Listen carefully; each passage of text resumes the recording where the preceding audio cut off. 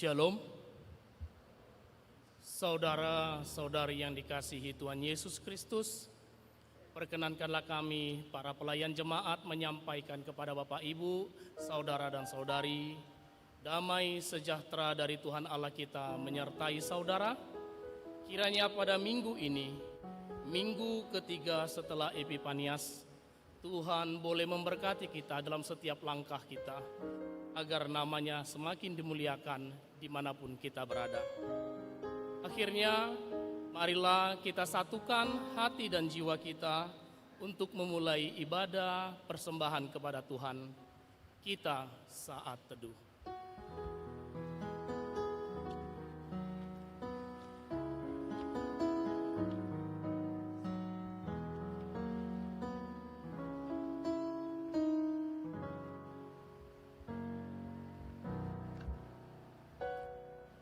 Amin.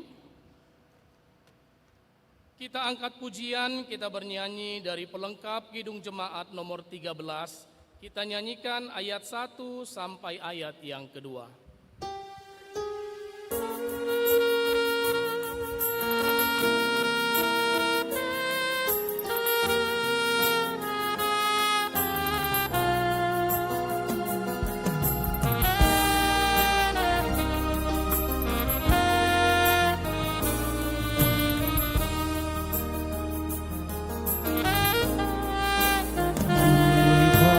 Masuk rumahnya, berkumpul menyembah kepadanya. Kita masuk rumahnya, berkumpul menyembah kepadanya. Kita masuk rumahnya, berkumpul menyembah kepada Kristus, menyembah Kristus Tuhan. Makanlah dirimu, arahkan hatimu kepadanya.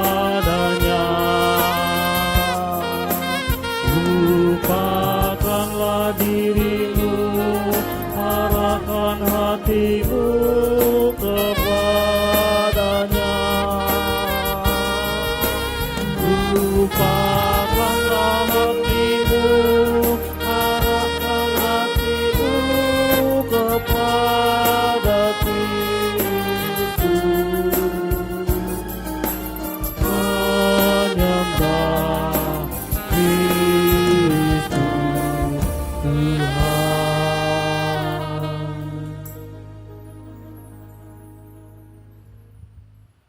Di dalam nama Allah Bapa dan anaknya Tuhan Yesus Kristus dan Roh Kudus, Khalik langit dan bumi. Amin. Berilah kepada Tuhan kemuliaan namanya. Sujudlah kepada Tuhan dengan berhiaskan kekudusan. Haleluya. Haleluya, haleluya, haleluya.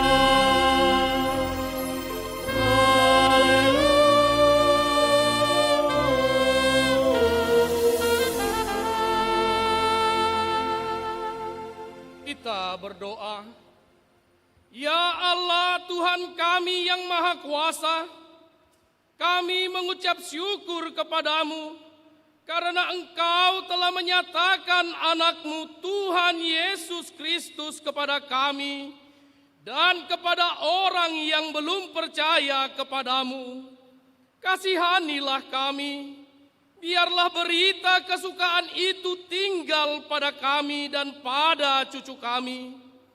Nyatakanlah berita keselamatan itu kepada semua bangsa, agar terang kemuliaan-Mu bercahaya kepada orang yang berada di dalam kegelapan dan kuasa maut, karena anak-Mu Tuhan Yesus Kristus Tuhan kami. Amin.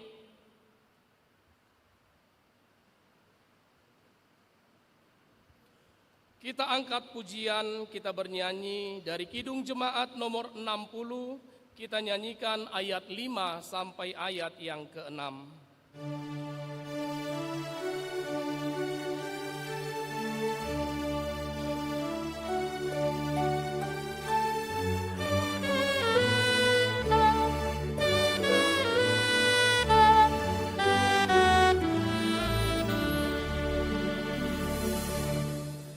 Kamu yang tabah bergelut, insan pengampun dan lembut.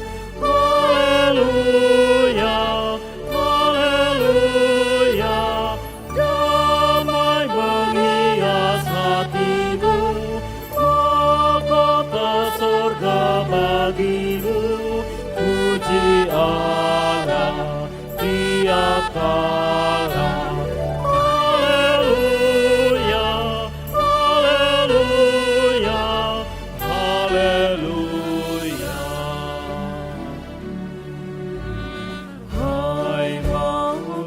Bersamaku, tiada yang luput darimu. Haleluya, haleluya, alangkah berbahagia yang mati dalam Tuhannya. Puji Allah tiap kala.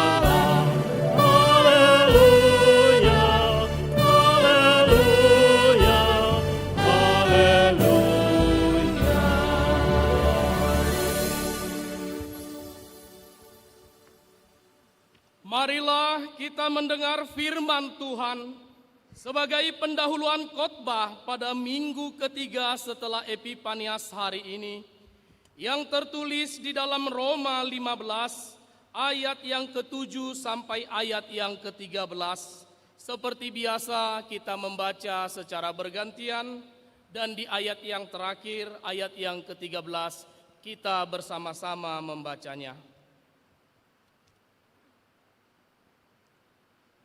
Roma 15 ayat 7 sampai ayat yang ke-13, beginilah firman Tuhan. Sebab itu, terimalah satu akan yang lain, sama seperti Kristus juga telah menerima kita untuk kemuliaan Allah. Yang aku maksud ialah bahwa oleh karena kebenaran Allah, Kristus telah menjadi pelayan orang-orang bersunat untuk mengokohkan janji yang telah diberikannya kepada nenek moyang kita. Dan untuk memungkinkan bangsa-bangsa supaya mereka memuliakan Allah karena rahmat-Nya, seperti ada tertulis, sebab itu aku akan memuliakan engkau di antara bangsa-bangsa dan menyanyikan mazmur bagi namamu.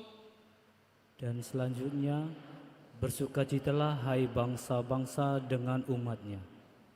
Dan lagi, pujilah Tuhan hai kamu semua bangsa-bangsa, dan biarlah segala suku bangsa memuji Dia. Dan selanjutnya kata Yesaya, taruk dari pangkal Ishak akan terbit, dan ia akan bangkit untuk memerintah bangsa-bangsa, dan kepadanya lah bangsa-bangsa akan menaruh harapan. Semoga Allah sumber pengharapan memenuhi kamu dengan segala sukacita dan damai sejahtera dalam iman kamu, supaya oleh kekuatan Roh Kudus kamu berlimpah-limpah dalam pengharapan. Sampai sedemikianlah pembacaan firman Tuhan. Yang berbahagia ialah mereka yang mendengar firman Allah, yang menghayati serta mengamalkannya. Amin.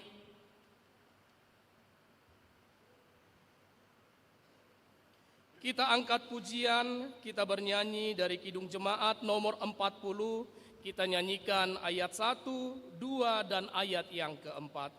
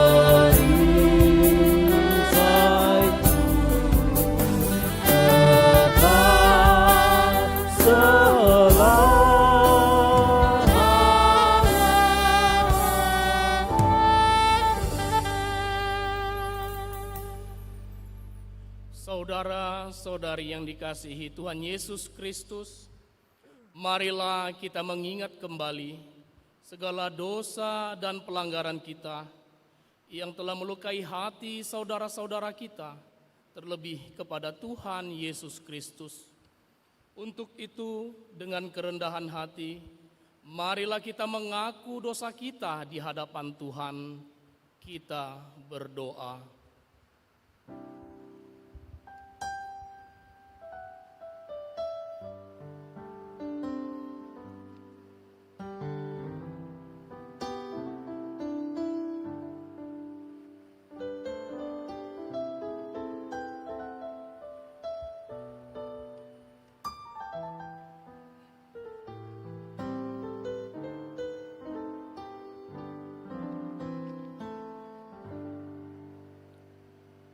Ya Bapa kami yang di surga yang maha pengasih, maka kami berkumpul bersama-sama datang ke hadapan-Mu, memohon belas kasihan-Mu kepada kami, bukan karena kebenaran kami, melainkan hanya mengharapkan belas kasihan-Mu, karena Engkau adalah Tuhan yang maha pengasih. Ya Roh Kudus, tolong dan kasihanilah kami, terangilah hati dan pikiran agar kami dapat memilih apa yang benar dan yang baik, dan melakukan kehendak-Mu, sehingga kami beroleh hidup yang baru di dalam Yesus Kristus Tuhan kami. Amin. Janji Tuhan tentang pengampunan dosa. Aku telah menghapus segala dosa pemberontakanmu, seperti kabut diterbangkan angin, dan segala dosamu seperti awan yang tertiup. Kembalilah kepadaku, sebab aku telah menebus engkau. Segala kemuliaan bagi Allah di tempat yang maha tinggi. Amin.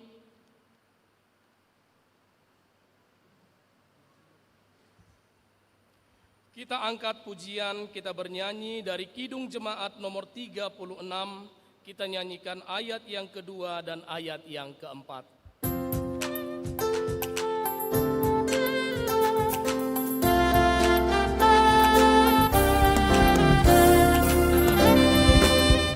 Pengampunan dosaku hanya oleh darah Yesus, penyucian hidupku hanya oleh darah Yesus. Oh darah Tuhanku, sumber pembasuhku, sucilah hidupku hanya oleh darah Yesus. Damai dan harapanku hanya oleh darah Yesus. Allah membenarkanku hanya oleh darah Yesus. Oh darah Tuhanku, sumber pembasuhku, sucilah hidupku hanya oleh darah Yesus. Firman Tuhan sebagai petunjuk hidup baru tertulis di dalam Imamat 19 ayat yang pertama sampai ayat yang keempat. Saya akan membacakan untuk kita semua. Imamat 19 ayat 1 sampai ayat yang keempat. Beginilah firman Tuhan. Tuhan berfirman kepada Musa, "Berbicaralah kepada segenap jemaah Israel dan katakan kepada mereka, Kuduslah kamu sebab aku Tuhan Allahmu kudus. Setiap orang di antara kamu haruslah menyegani ibunya dan ayahnya dan memelihara hari-hari Sabatku. Akulah Tuhan Allahmu. Janganlah kamu berpaling kepada berhala-berhala dan janganlah kamu membuat bagimu dewa tuangan. Akulah Tuhan Allahmu. Sampai sedemikianlah pembacaan firman Tuhan. Marilah kita sama-sama memohon kekuatan daripada Tuhan. Ya Allah Bapa kami, berilah kami kekuatan untuk melakukan yang sesuai dengan firman-Mu. Amin.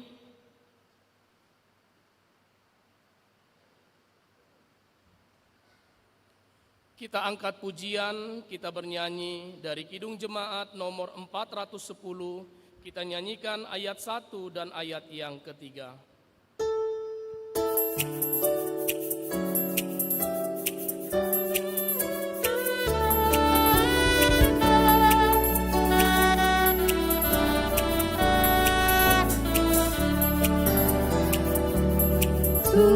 Tenanglah di hatiku, Tuhan memimpin langkahku di tiap keadaan kerja tebak ku rasa tangannya.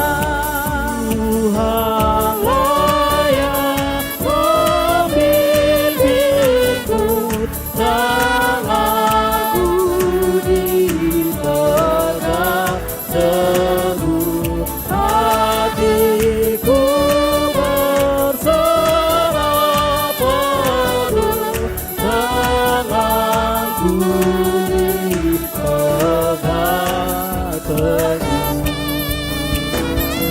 Aku tetapkan hidupku, betapa juga nasibku, sebab Engkau tetap dekat tanganmu, ku pegang erat.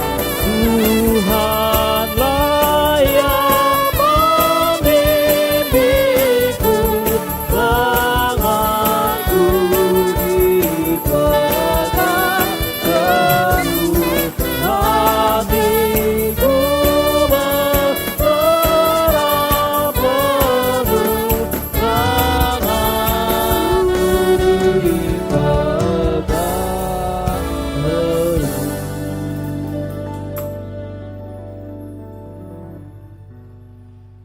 Marilah kita bersaksi, mengikrarkan pengakuan iman kita bersama jemaat pada segala abad di seluruh dunia.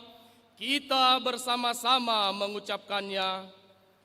Aku percaya kepada Allah Bapa yang Maha Kuasa, Khalik langit dan bumi.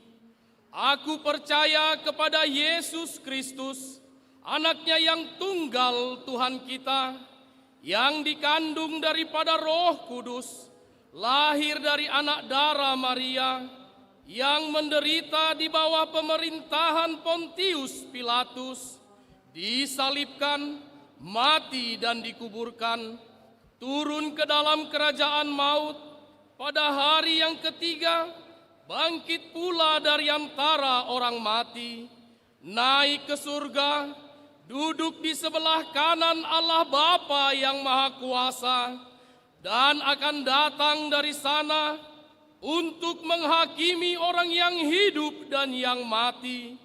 Aku percaya kepada Roh Kudus, gereja yang kudus dan am, persekutuan orang kudus, pengampunan dosa, kebangkitan daging, dan hidup yang kekal. Amin.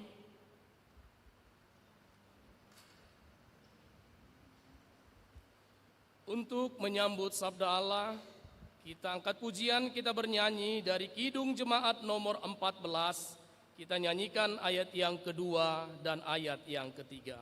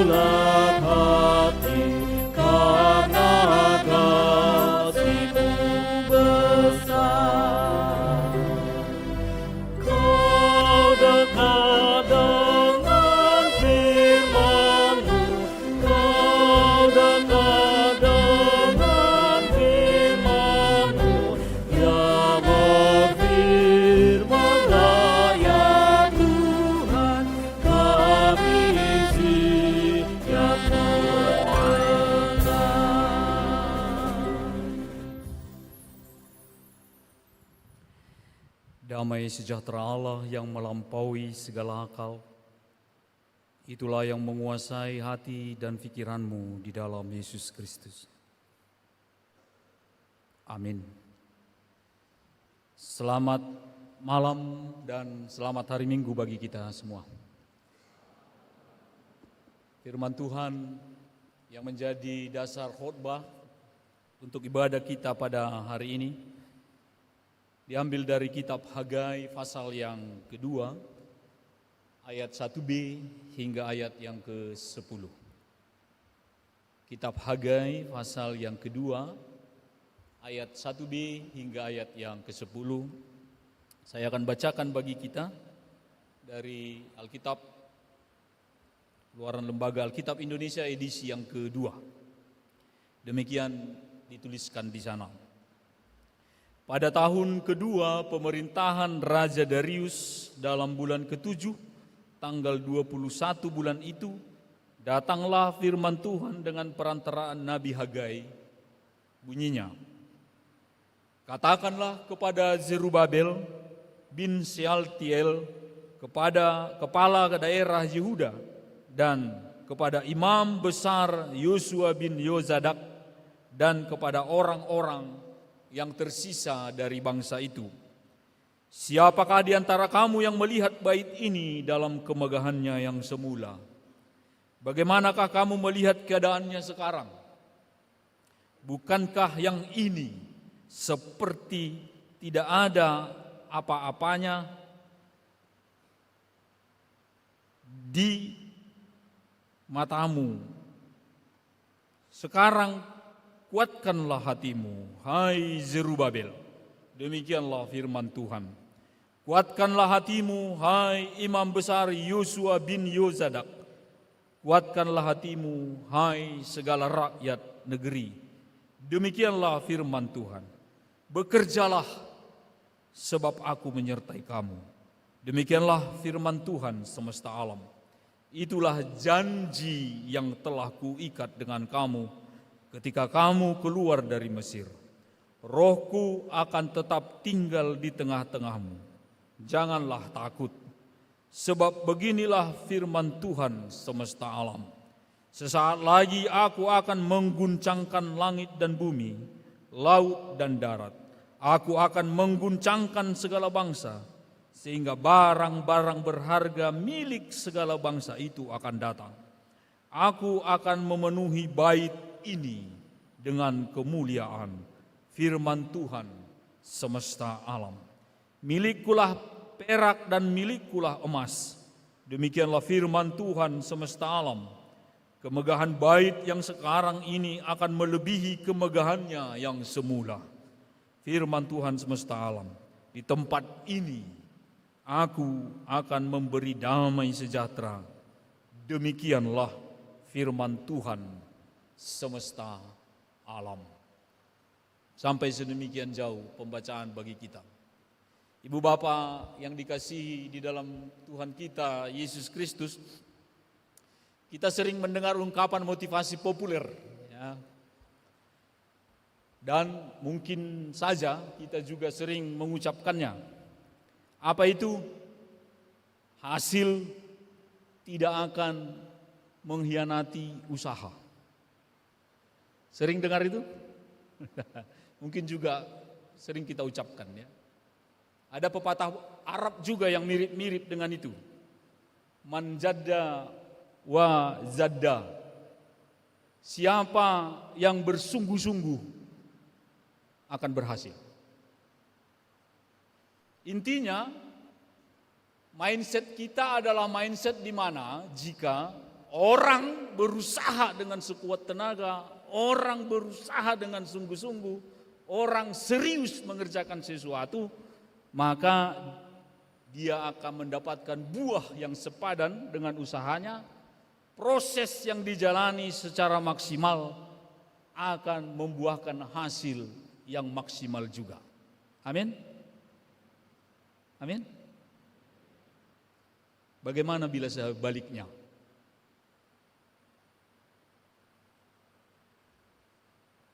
Bagaimana jika kenyataannya tidak begitu?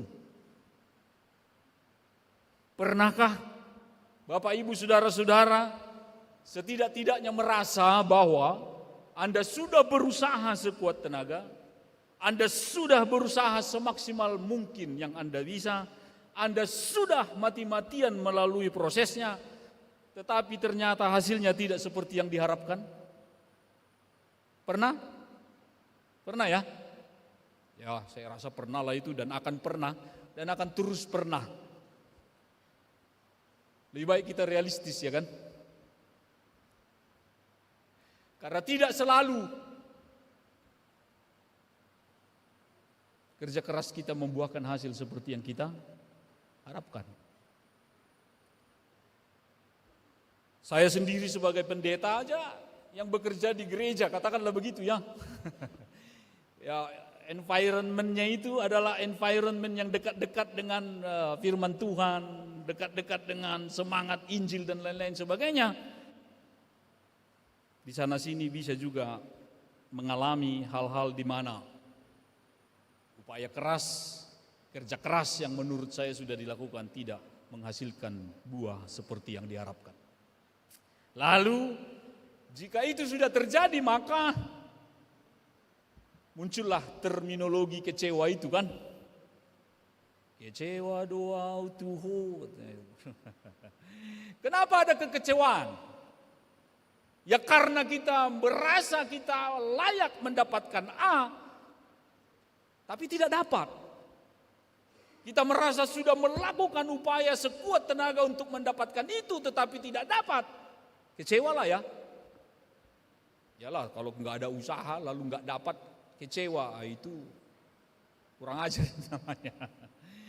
Justru karena kita sudah betul-betul merasa, setidaknya merasa sudah melakukan yang terbaik, sekuat tenaga kita tetapi hasilnya tidak seperti yang kita harapkan, maka kekecewaan itu muncul. Dan kekecewaan seringkali hadir bersamaan dengan dan atau didahului oleh ketiadaan damai sejahtera. Ketiadaan damai sejahtera seringkali adalah buah dari kekecewaan. Tepat di situ Ibu Bapak, konteks daripada teks yang hari ini diperdengarkan kepada kita sebagai landasan khotbah. Bangsa Israel yang dengan susah payah loh ya, kembali dari pembuangan. Mereka dibuang ke satu bangsa, ke satu daerah yang tidak akrab dengan mereka. Tetapi sebetulnya di situ mereka enggak menderita amat. Mereka diperlakukan dengan baik, diberikan tanah seperti transmigran. Dan banyak dari antara mereka yang sudah berhasil di situ. Tetapi tiba-tiba dikatakan bukan tanah kita itu. Baiklah kita balik ke tanah yang dijanjikan oleh Tuhan Allah kepada kita, baliklah ke tanah Kanaan. Banyak dari antara mereka yang tidak mau balik. Tapi dibujuk. Dirayu-rayu, ayolah baliklah kita. Di sananya tanah yang berlimpah susu dan madunya. Di sini sebetulnya udah tenang ini. Tapi akhirnya karena mengingat mereka sebagai satu bangsa, dibujuk begitu, para nabi bicara, Tuhan meminta kamu balik, mereka balik. Artinya mereka sedang mengorbankan sesuatu, sudah mengorbankan kenyamanannya, sudah melepaskan diri dari kotak yang nyaman dan keluar dari situ untuk kembali ke tanah Kanaan. Dan sesampai di sana mereka kembali lagi berjuang dengan sangat keras. Mereka berusaha membangun diri mereka. Mereka berusaha membangun hidup mereka. Kalau kita membaca, ini kitab Hagai kan pendek saja, 2 pasal. Nanti teman-teman boleh baca di rumah lah ya. Habiskan supaya nampak jelas kisah ini. Di pasal 1 ayat 6 bunyinya begini. Mereka menabur banyak. Lihat ya. Bangsa itu menabur banyak. Tetapi hasilnya sedikit. Makan tetapi tidak kenyang. Minum tetapi tidak puas. Berpakaian mereka tetapi tidak merasa hangat. Orang bekerja untuk mendapat upah, tetapi mendapat upah dalam pundi-pundi yang berlobang.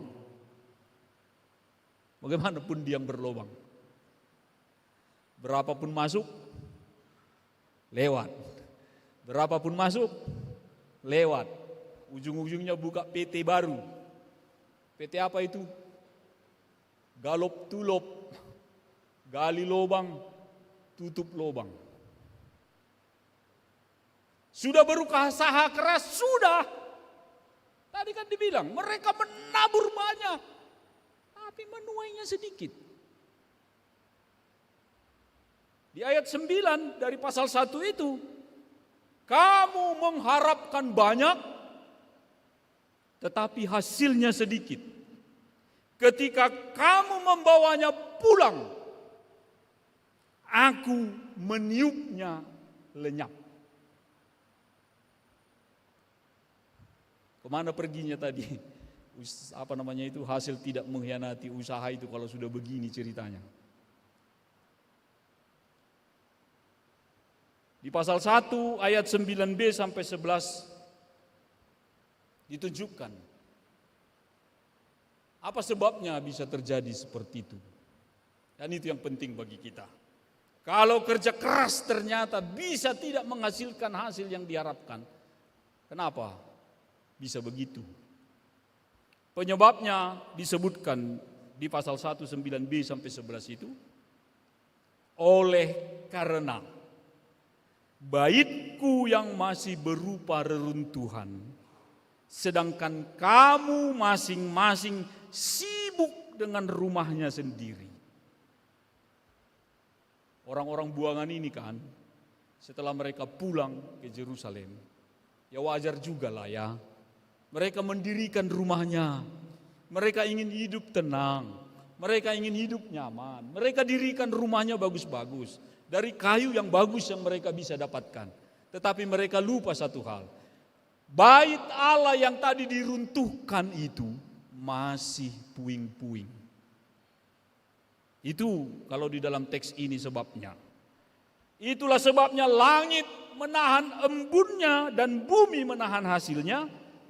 Aku memanggil kekeringan datang ke atas negeri, ke atas gunung-gunung, ke atas gandum, ke atas anggur, ke atas minyak, ke atas segala yang dihasilkan tanah, ke atas manusia dan hewan, serta ke atas segala upaya tanganmu. Ini kok kesannya wajah Allah yang ditampilkan di dalam kitab Hagai ini agak seram ya, Ibu Bapak. Sadis ini menurut saya. Tetapi ya memang wajah Allah kadang-kadang hadir dalam rupa seperti itu. Tidak selalu hadir dalam rupa yang manis, ramah, penuh belas kasih dan seterusnya. Kadang-kadang sangat keras juga. Akhirnya umat itu tahu ini. Oh, persoalannya di situ ya. Oh, persoalannya karena bait Tuhan belum dibangun sementara kami sibuk dengan diri kami sendiri ya. Lalu mereka membangun bait itu mati-matian. Anda bisa baca itu di dalam kitab Esra. Sekarang mereka mengalihkan perhatiannya kepada bait Allah, mencari kayu yang terbaik yang bisa didapatkan, membuat usaha yang terbaik yang mereka bisa kerjakan. Bait itu berdiri. Lalu hasilnya apa? Itu tadi yang kita baca di teks ini, di ayat yang keempat. Siapakah di antara kamu yang melihat bait ini dalam kemegahannya yang semula? Jadi masih ada orang saksi mata bagaimana dulu bait ini megahnya dibangun oleh Salomo. Bergelimang dengan emas, berkilauan dengan emas dan permata. Masih ada saksi hidup. Coba kalian yang masih hidup pada waktu itu lihat, kira-kira gitulah ini. Masih kalian ingat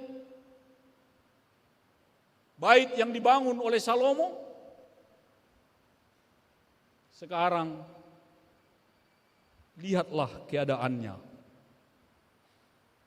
Bukankah yang ini seperti tidak ada apa-apanya di matamu? Lihat ya, Ibu Bapak.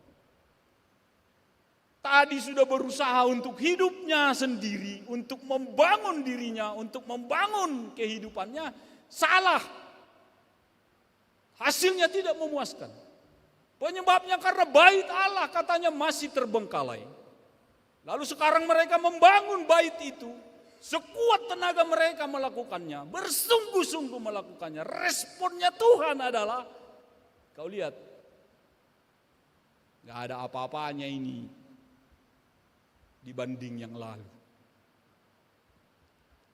Pernah mengalami kira-kira yang begini dari teman? Sudah baik-baik kita berusaha memberikan yang terbaik, berusaha, wah, pokoknya yang terbaik lah. Lalu responnya begini, biasa-biasa aja. Biasa-biasa aja. Kembali lagi, apa yang terjadi? Ya, hasil kembali mengkhianati usaha.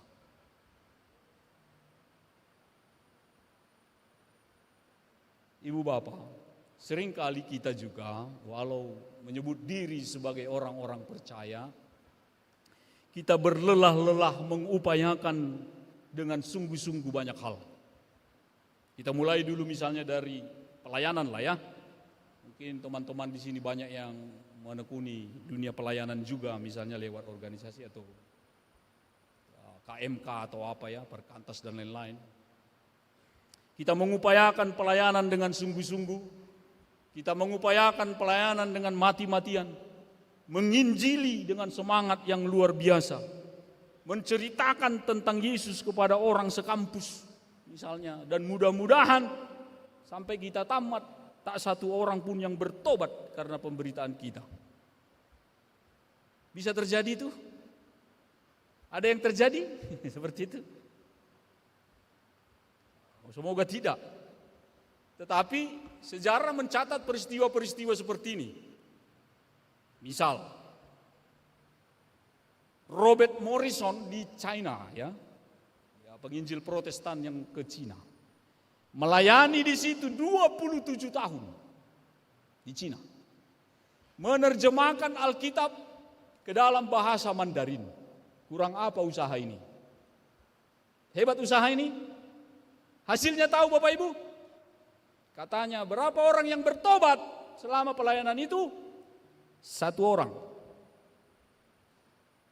Itu pun dia enggak yakin seriusnya ini bertobat atau cuma menyenang-nyenangkan hatinya saja. 27 tahun. Memang ketika dia mendarat di Cina, orang tanya, yakinnya kau pekerjaanmu ini akan memberkati Cina, akan berdampak bagi Cina? Dia bilang enggak yakin, tapi aku yakin Tuhan akan memberi dampak.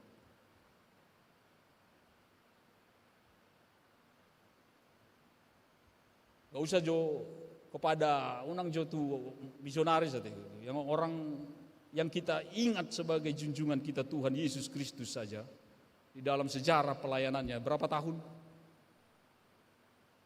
Katakanlah sepanjang umurnya adalah pelayanan, karena semua itu adalah perjalanan yang bisa diikuti dan bisa memberkati orang. 33 tahun. Berapa muridnya? 12. Itu pun satu berkhianat. Untung ada pemain pengganti. Memang ada juga disebut beberapa orang, tetapi pun tidak signifikan. Mengapa saya mesti mengemukakan ini? Ibu bapak,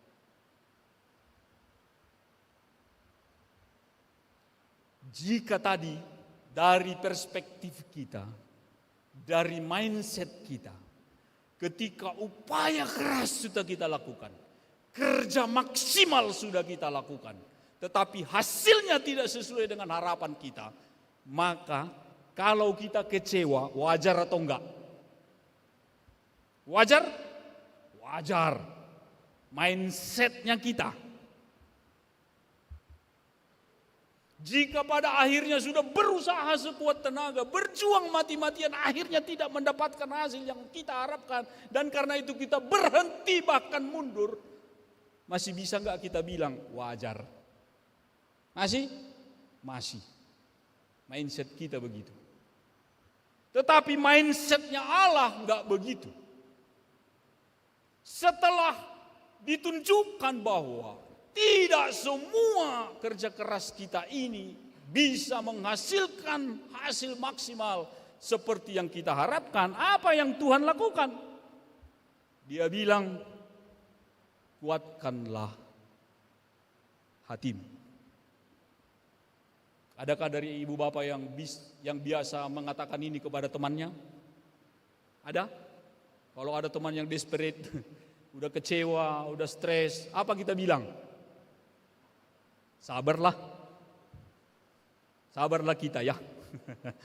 Kuatkanlah hatimu.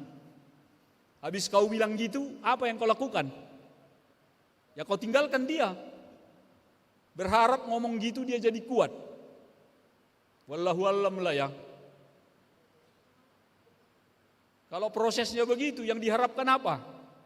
Ya mujizat Tuhan juga lah. Kok bisa dengan Anda bilang kuatlah ya, sabarlah gitu. Saya bilang gitu dulu kepada teman saya waktu saya masih kuliah, dia berasrama kami dulu. Ada teman saya yang stres dan nangis-nangis dia di depan kami. Ya saya juga sebagai mahasiswa banyak beban juga, tapi saya sedih juga melihat teman saya ini susah. Dia bilang, aku mau bunuh diri aja lah. Begini, begini, enggak apalah aku kasih tahu kasusnya ini, enggak enak didengar. Ujung-ujungnya aku bilang, udah sabarlah, kuatlah.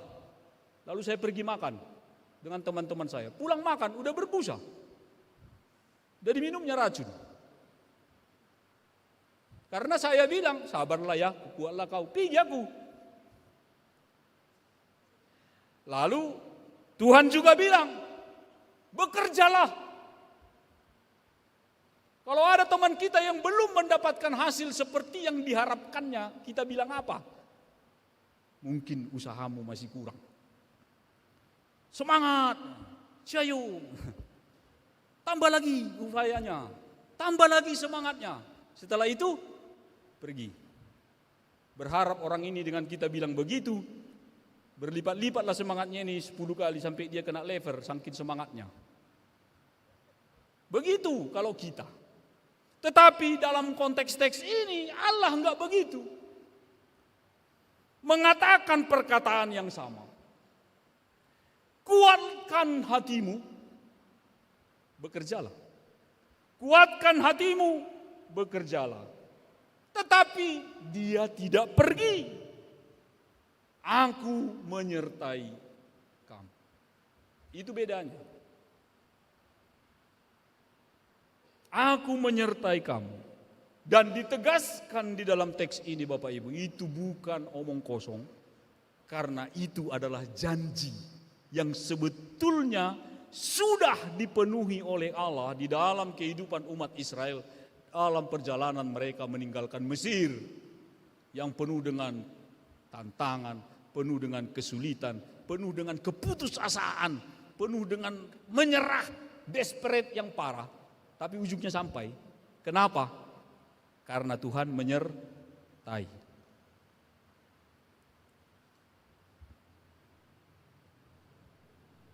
Teman-teman semua, Bapak Ibu, apakah kalian semua baru hari ini mendengar atau mengenal kata kecewa? Baru hari ini? Enggak ya. Apakah belum pernah kecewa? Pernah? Tapi kenapa masih ada di sini? Artinya Anda belum bunuh diri. Apa yang membuat Anda masih bertahan?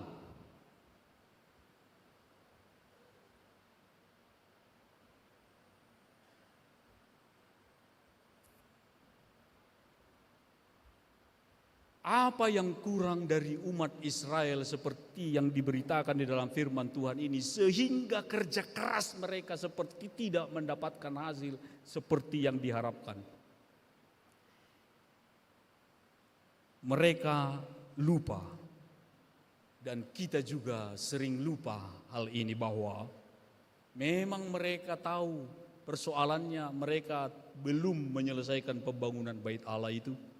Tetapi ketika mereka membangun bait suci Allah itu, mereka lupa bahwa bait suci itu bukan sekedar tempat untuk beribadah, tetapi di atas segala-galanya bait suci itu adalah tempat kehadiran Allah di dunia ini. Dan karenanya tidak dapat dipisahkan dari kesejahteraan Yehuda dan kesejahteraan kita juga. Di dalam firman tadi dikatakan, Allah tahu bait yang dibangun oleh bangsa ini enggak wah. Maka dia bilang, kalian lihat enggak dulu waktu yang punya Salomo, kau bandingkan dengan ini. Ini enggak ada apa-apanya kan? Tetapi Tuhan bilang, memang ini tidak wah. Memang ini tidak ada apa-apanya. Tetapi aku menyertai kamu dan akulah yang akan meletakkan kemuliaan bagi bait ini.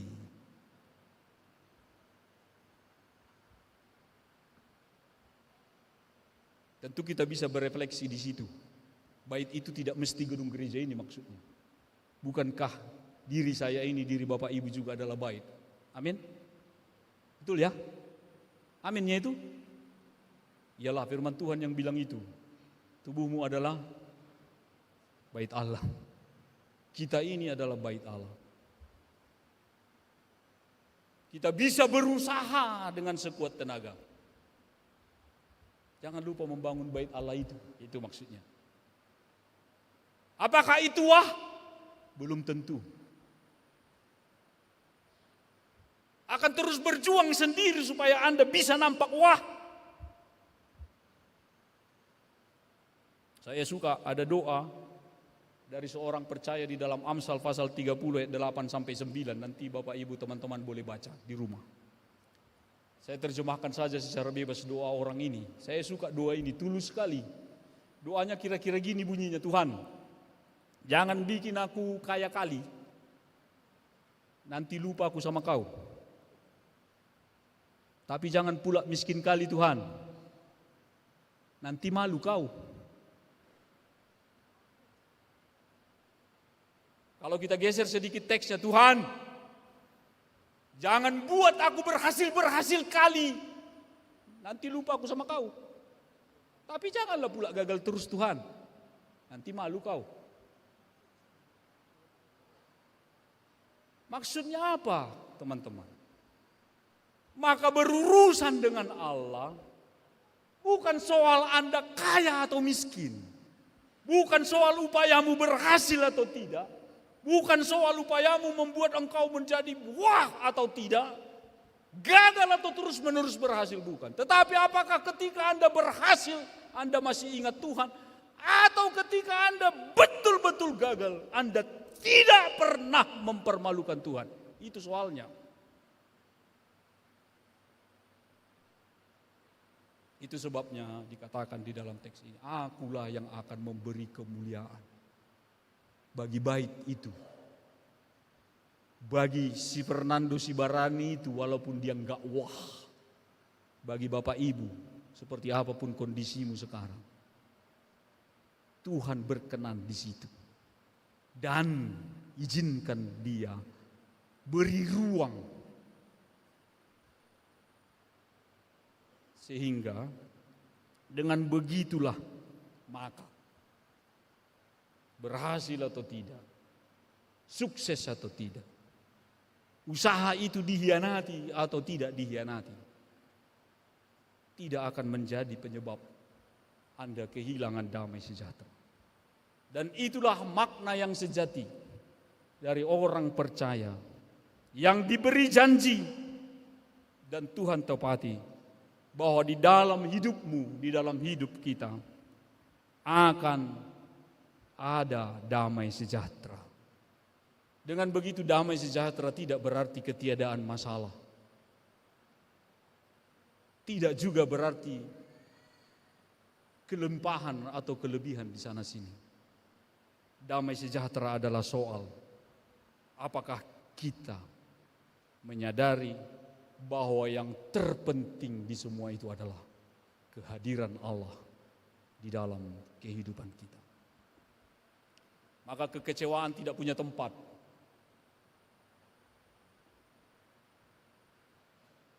Karena hasil apapun yang Anda dapatkan di tangan Tuhan, itu bisa berarti lain. Karena itu beri ruang bagi kemuliaan yang disediakan Allah di dalam setiap upaya-upaya kita menjalani hari-hari kehidupan kita. Kuatkan hatimu dan bekerjalah. Demikian firman Tuhan semesta alam. Di tempat ini, di dalam kehidupan Bapak Ibu, Allah akan memberi damai sejahtera. Aku akan memberi damai sejahtera. Demikian firman Tuhan semesta alam. Mari kita berdoa.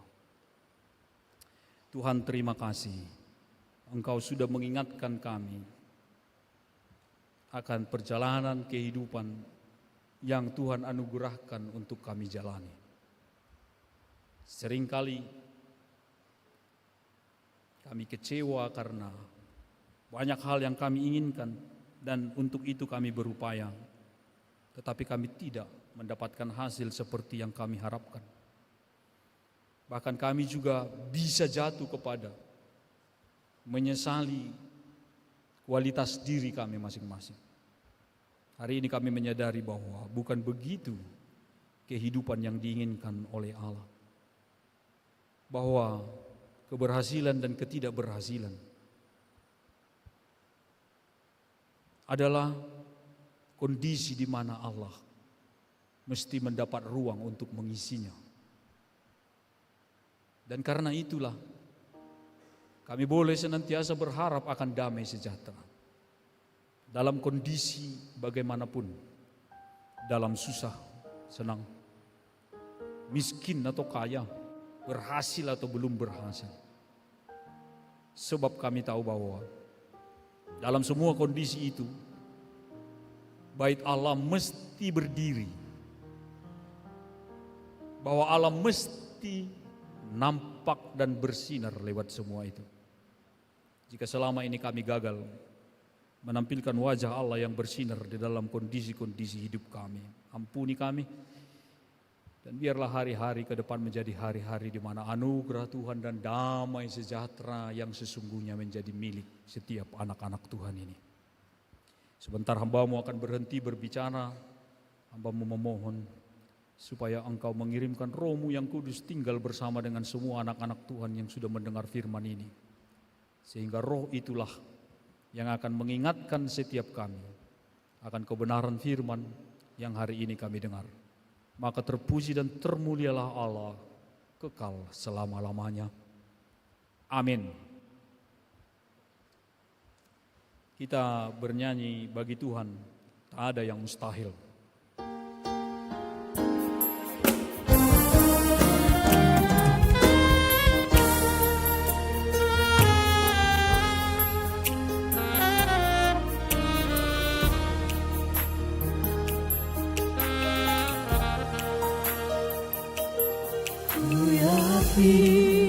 Saat Kau berfirman,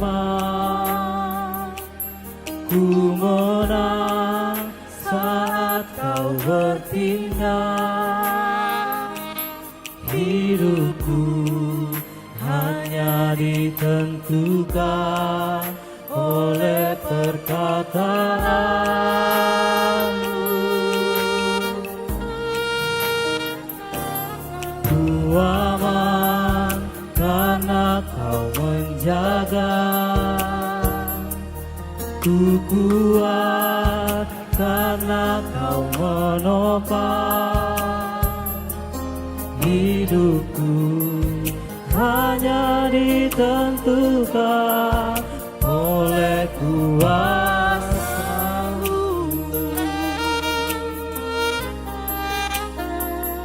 Bagi Tuhan tak ada yang mustahil. Bagi Tuhan tak ada yang tak mungkin. Mujizatnya disediakan bagiku, ku diangkat dan dipulihkannya.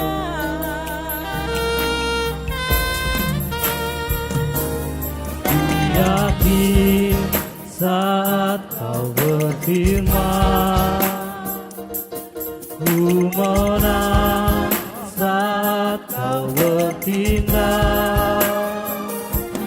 hidupku hanya ditentukan oleh perjuanganmu.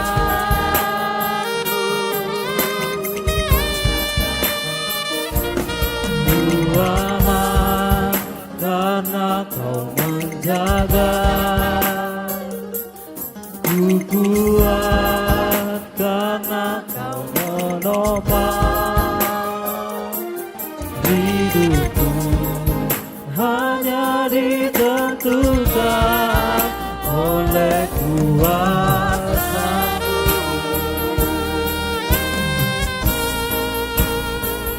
Bagi Tuhan tak ada yang mustahil, bagi Tuhan tak ada yang tak mungkin. Mujizatnya disediakan bagiku, ku diangkat dan dipulihkannya.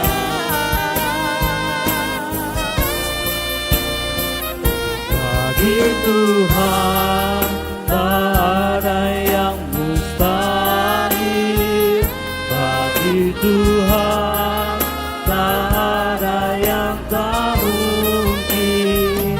Mujizatnya disediakan bagiku, ku diangkat dan dipulihkannya. Ku diangkat dan dipulihkannya.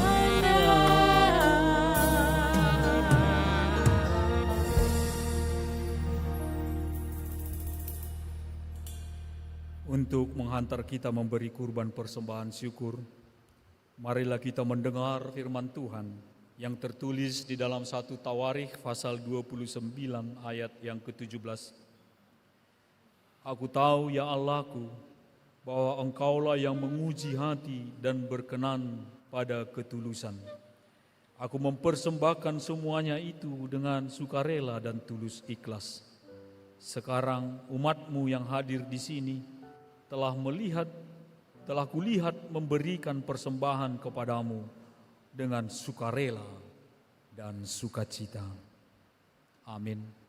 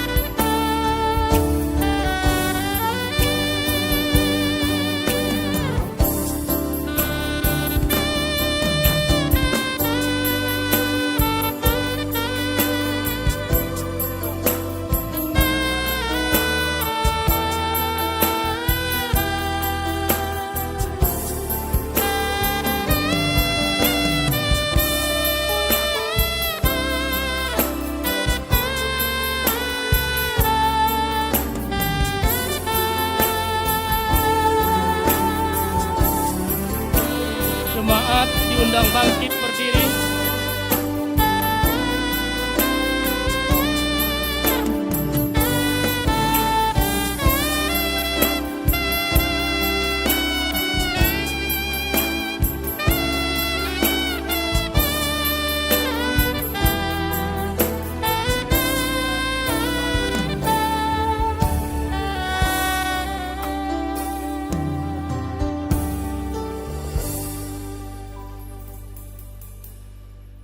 Kita berdoa.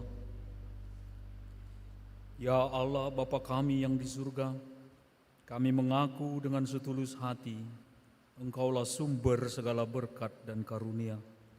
Di sini kami memberikan persembahan syukur kami kepadamu. Terimalah persembahan umat-Mu dan berkatilah menjadi alat kesaksian, persekutuan dan pelayanan jemaat-Mu ini. Jadikanlah hidup kami persembahan yang berkenan kepadamu, dan pakailah hidup kami untuk turut menghadirkan tanda-tanda kerajaan-Mu di seluruh dunia ini. Kasih, keadilan, damai sejahtera, serta sukacita. Bukalah hati kami oleh Roh Kudus-Mu, agar kami senantiasa mengucapkan syukur kepadamu, di dalam nama Yesus Kristus Tuhan kami. Amin. Beri persembahan pada Tuhanku, sambil puji Yesus, Juru Selamatku. Mari kawan-kawan, rela hadiah, bawa persembahan, datanglah segera.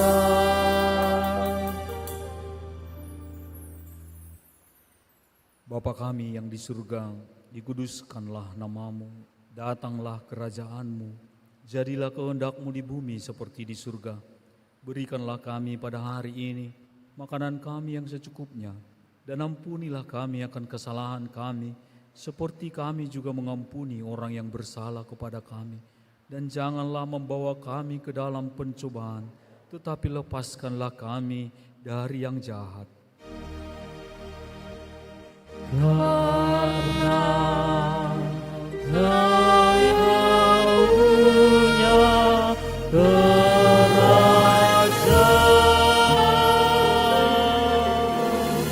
dan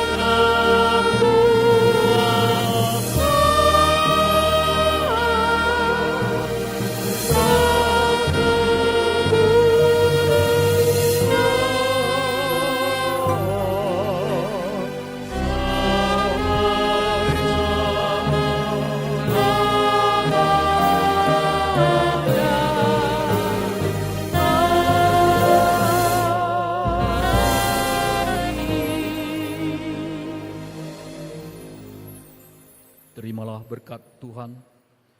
Tuhan memberkati engkau dan melindungi engkau. Tuhan menyinari engkau dengan wajah-Nya dan memberi engkau kasih karunia. Tuhan menghadapkan wajah-Nya kepadamu dan memberi engkau damai sejahtera. Amin.